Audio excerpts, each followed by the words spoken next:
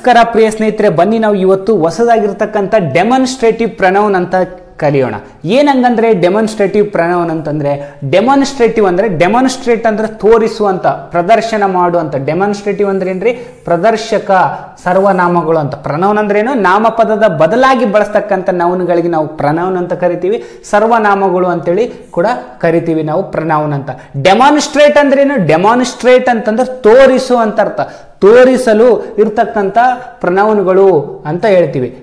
Okay, ಆ ಪ್ರನೌನ್ಗಳನ್ನು ನಾವು ನೋಡೋಣ. ಅದರಲ್ಲಿ ಸಿಂಗ್ಯುಲರ್ ಅಂತೇಳಿ ಬರುತ್ತೆ ಮತ್ತು ಪ್ಲೂರಲ್ ಅಂತ ಬರುತ್ತೆ. ಹಂಗಂದ್ರೆ ಏನು? ಅದನ್ನ ಏಕವಚನ ಮತ್ತು ಬಹುವಚನ ಬಹಳ ಈಸಿ ಆಗಿರುತ್ತೆ. ಇಂಗ್ಲಿಷ್ನಲ್ಲಿ ಬಹುತೇಕವಾಗಿ 80% we will use this demonstrative pronouns very very very very large scale. ಬಹಳ ಸಂದರ್ಭದಲ್ಲಿ ಬಹಳಷ್ಟು ಇದನ್ನ